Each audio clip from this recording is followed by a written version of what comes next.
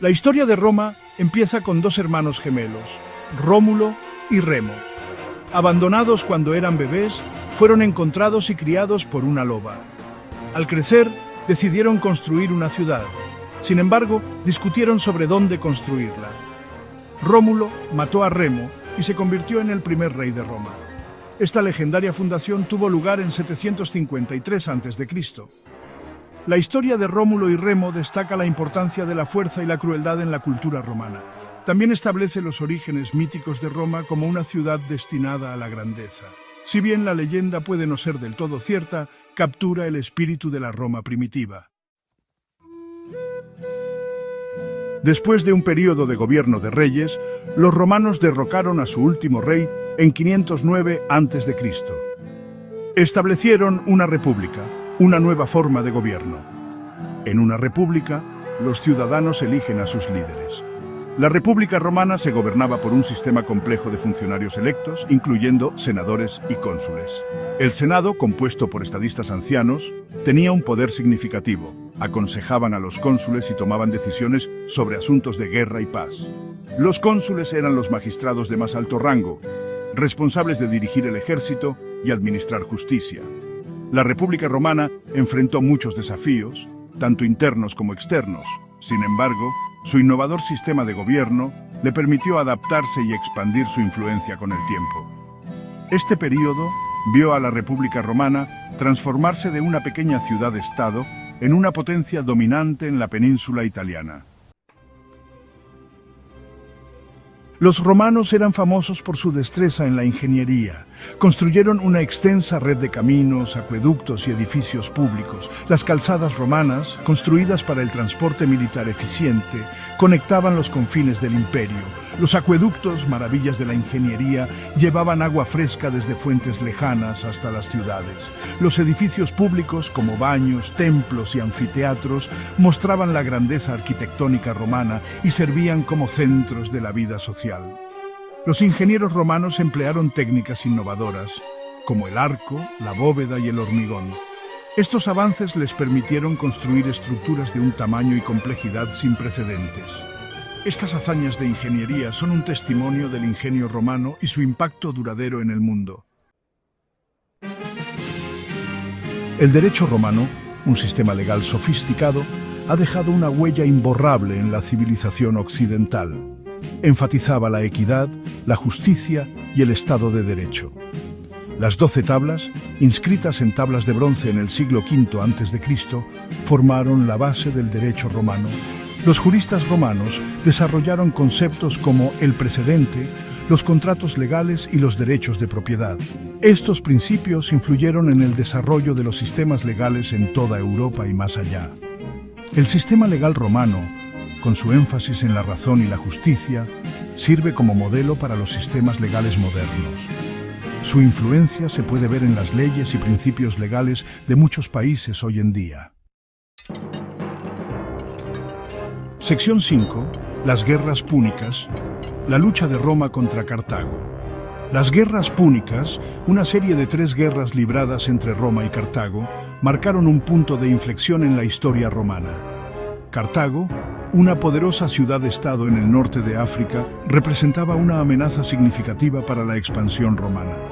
La Primera Guerra Púnica, que tuvo lugar desde 264 hasta 241 a.C., vio a Roma salir victoriosa después de un largo y costoso conflicto naval. La Segunda Guerra Púnica, desde 218 hasta 201 a.C., estuvo marcada por la audaz invasión de Italia por parte de Aníbal, que casi puso a Roma de rodillas. Sin embargo, la resistencia de Roma prevaleció. La Tercera Guerra Púnica, entre 149 y 146 a.C., resultó en la completa destrucción de Cartago. Las guerras púnicas pusieron a prueba los límites de la fuerza y la determinación romanas. La victoria en estos conflictos consolidó el dominio de Roma en el Mediterráneo y allanó el camino para su transformación en un imperio. Sección 6. Julio César y el fin de la República. Para el siglo I a.C., la República Romana estaba en crisis. Los conflictos internos, la corrupción política y el surgimiento de poderosos generales debilitaron los cimientos de la República. Julio César, un general brillante y un político ambicioso, emergió como una figura dominante. Las conquistas de César en la Galia, que es la Francia moderna, expandieron el territorio romano y aumentaron su popularidad. Sin embargo, su creciente poder y su desafío al Senado llevaron a la guerra civil. En 48 a.C., César derrotó a su rival Pompeyo Magno y se convirtió en el gobernante indiscutible de Roma. El asesinato de César en 44 a.C. marcó el final de la República Romana y el comienzo del Imperio Romano. Su hijo adoptivo, Octavio, más tarde conocido como Augusto, emergería como el primer emperador romano. Sección 7. Pax Romana, una edad de oro. El reinado de Augusto, desde 27 a.C. hasta 14 después de Cristo, marcó el comienzo de un período de paz y prosperidad conocido como la Pax Romana. Durante 2 siglos, el Imperio Romano experimentó una relativa estabilidad, crecimiento económico y florecimiento cultural. Durante este tiempo, el Imperio Romano alcanzó su mayor extensión territorial, extendiéndose desde Gran Bretaña en el norte hasta Egipto en el sur. La construcción de caminos, acueductos y edificios públicos continuó, mostrando la riqueza y el poder del imperio. La Pax Romana fue una época de importantes logros culturales en literatura, arte y filosofía. Escritores romanos como Virgilio y Ovidio produjeron obras que aún hoy se estudian y admiran. Sección 8. El auge del cristianismo. El cristianismo surgió en la provincia romana de Judea en el siglo I después de Cristo. Inicialmente una secta pequeña y perseguida, se extendió rápidamente por todo el Imperio Romano. El mensaje de amor, perdón y salvación del cristianismo atrajo a personas de todos los ámbitos de la vida. Las autoridades romanas inicialmente vieron el cristianismo como una amenaza a su autoridad. Los cristianos fueron perseguidos por sus creencias y por negarse a adorar a los dioses romanos. Sin embargo, a pesar de la persecución, el cristianismo continuó extendiéndose.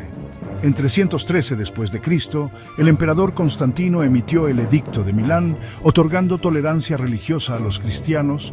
El cristianismo finalmente se convirtió en la religión oficial del Imperio Romano. Sección 9. La caída de un imperio.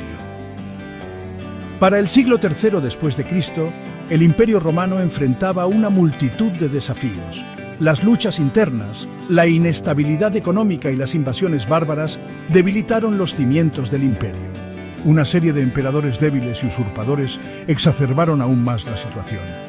El Imperio Romano de Occidente, enfrentando una presión creciente, finalmente se derrumbó bajo el peso de estos desafíos. En 476 después de Cristo, el último emperador romano en el oeste, Rómulo Augustulo, fue depuesto por un general bárbaro. El Imperio Romano de Oriente, centrado en Constantinopla, continuó durante otros 1000 años. La caída del Imperio Romano fue un proceso complejo con múltiples factores contribuyentes. Marcó el final de una era y el comienzo de la Edad Media en Europa. Sin embargo, el legado de Roma perduró en sus leyes, idioma, cultura e instituciones.